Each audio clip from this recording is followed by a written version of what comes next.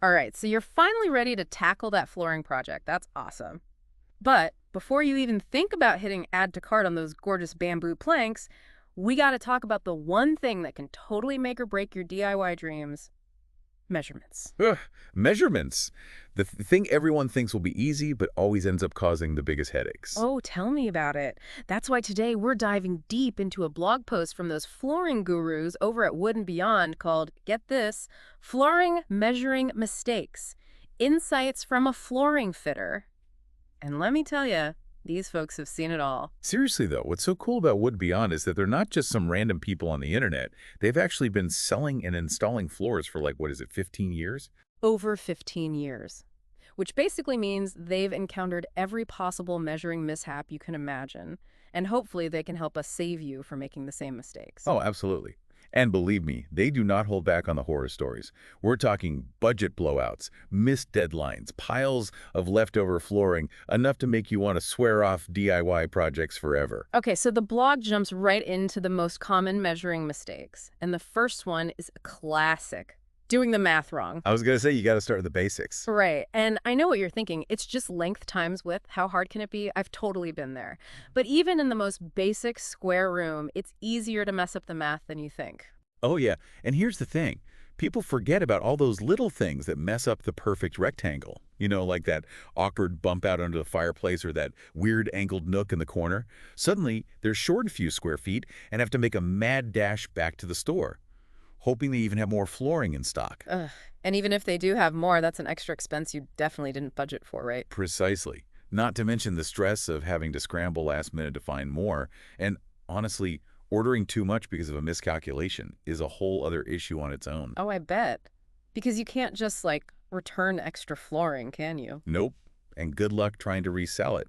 Now you're stuck with boxes of flooring taking up space in your garage and money down the drain. Okay, so we've covered the math mistakes, but Wood and Beyond doesn't stop there. Their next target: neglecting chimneys, recesses, all those little architectural quirks that make older homes so charming. Right. So easy to forget about. You get so focused on the main part of the room and totally blank on that tiny alcove under the stairs. Hmm. But guess what? Those need to be factored into your calculations, too. Oh, I know, and that's where things get kind of tricky, especially for those of us who aren't exactly geometry geniuses. Tell me about it. If you're trying to accurately measure an irregularly shaped room just by eyeballing it, good luck. You're practically begging for a flooring disaster with uneven seams and gaps. And don't even get me started on the potential need to reorder materials and hope they match the original batch. And it's not just alcoves and nooks that cause this problem. What about those stunning bay windows everyone loves so much? Those things can be a real pain to measure accurately. Ugh, don't get me started on bay windows. They might look nice, but they're the bane of my existence when it comes to measuring. It's like they were designed to test your geometry skills. One tiny miscalculation and boom, you're looking at a world of frustration. Uneven seams, gaps where there shouldn't be gaps.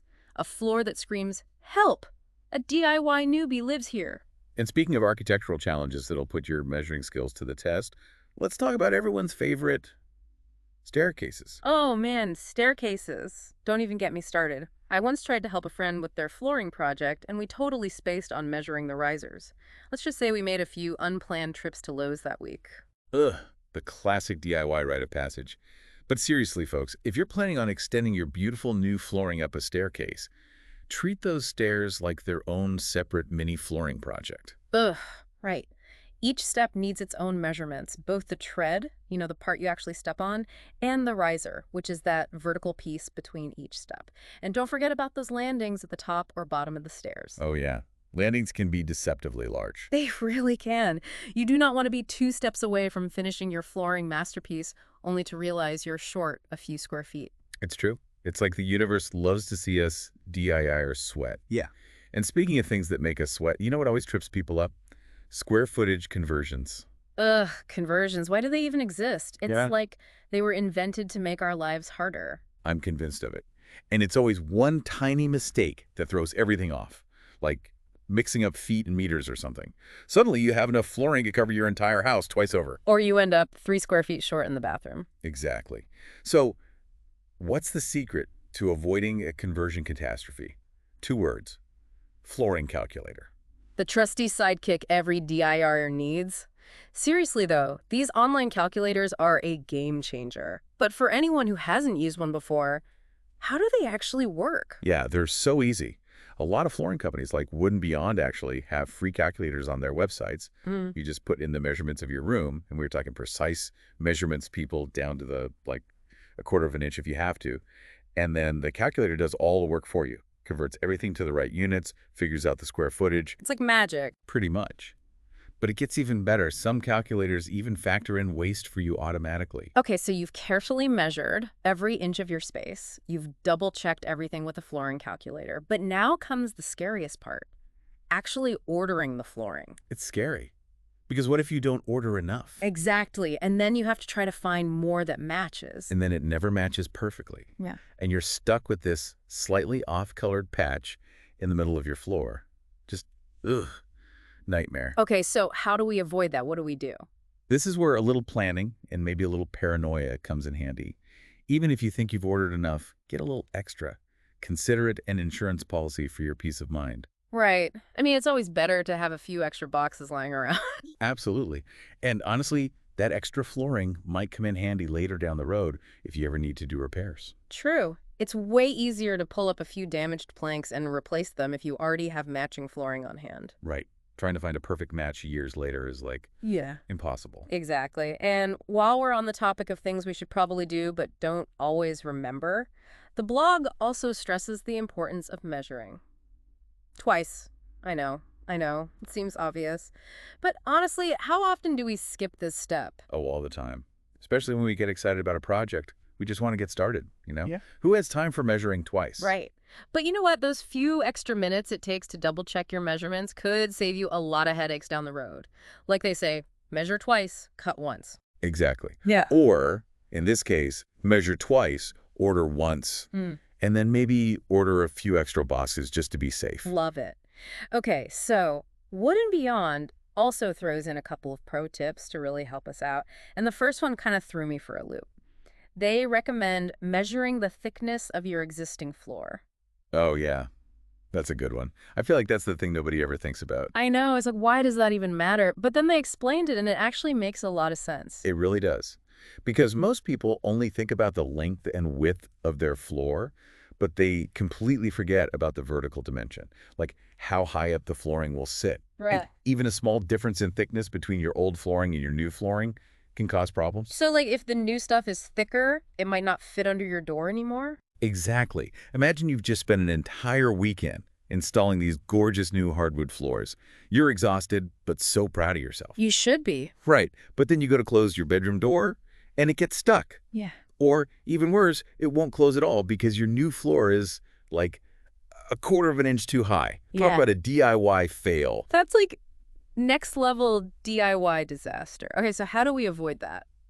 Honestly, just measure the thickness of your current flooring. It only takes a minute. And then when you're looking for new flooring, make sure to take that measurement into account. Oh, that's such a good tip. All right, so we've covered measuring the thickness of your existing floor. What other pro tips does the blog recommend? Well, they save their best for last, and it's one we've touched on a couple of times already, but it really can't be overstated. Use a flooring calculator. Seriously. Oh my gosh, yes. Use a flooring calculator. It's like having a superpower. Seriously. Like having your own personal math whiz on call 24/7. Exactly. No more scribbling numbers on scrap paper at 2 a.m. praying you don't mess up the math. Been there. Just plug in those super precise measurements you took. Down to the last millimeter. Exactly. And let the calculator do its thing. It'll handle those pesky conversions, add in a little extra for waste. I mean, it basically eliminates all the stress of figuring out how much flooring you actually need. And peace of mind during a renovation project. That's priceless. So true. All right, so as we wrap up this deep dive into all things flooring measurements, is there one golden nugget of advice you want our listeners to remember above all else? You know, it really all comes down to those measurements. Accurate measurements are the foundation of any successful flooring project. I mean, it makes sense. You can't build a house on a shaky foundation. Exactly. And you're not going to have a gorgeous new floor if your measurements are all over the place. So take your time, measure twice, at least.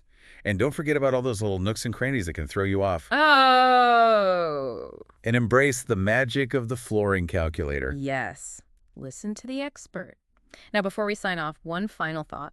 We've talked a lot about getting those measurements perfect, But as we all know, sometimes, even with the best laid plans, life throws you a curveball. Oh, tell me about it. Unexpected problems are, like, a guaranteed part of any DIY project. Right. You might rip up your old flooring and find, surprise, the subfloor is a disaster and needs to be replaced. Or maybe you get halfway through the project and decide, you know what, I really want to add a fancy tile inlay. Whatever it is, here's my advice. Order a little extra flooring. Always. It's the best insurance policy you can buy. Seriously, because nothing will derail your project faster than realizing you're two planks short and can't find a matching box anywhere. Trust me, those late-night panic trips to the home improvement store are no fun. Preach. And on that note, we'll wrap things up. Until next time, folks, happy measuring.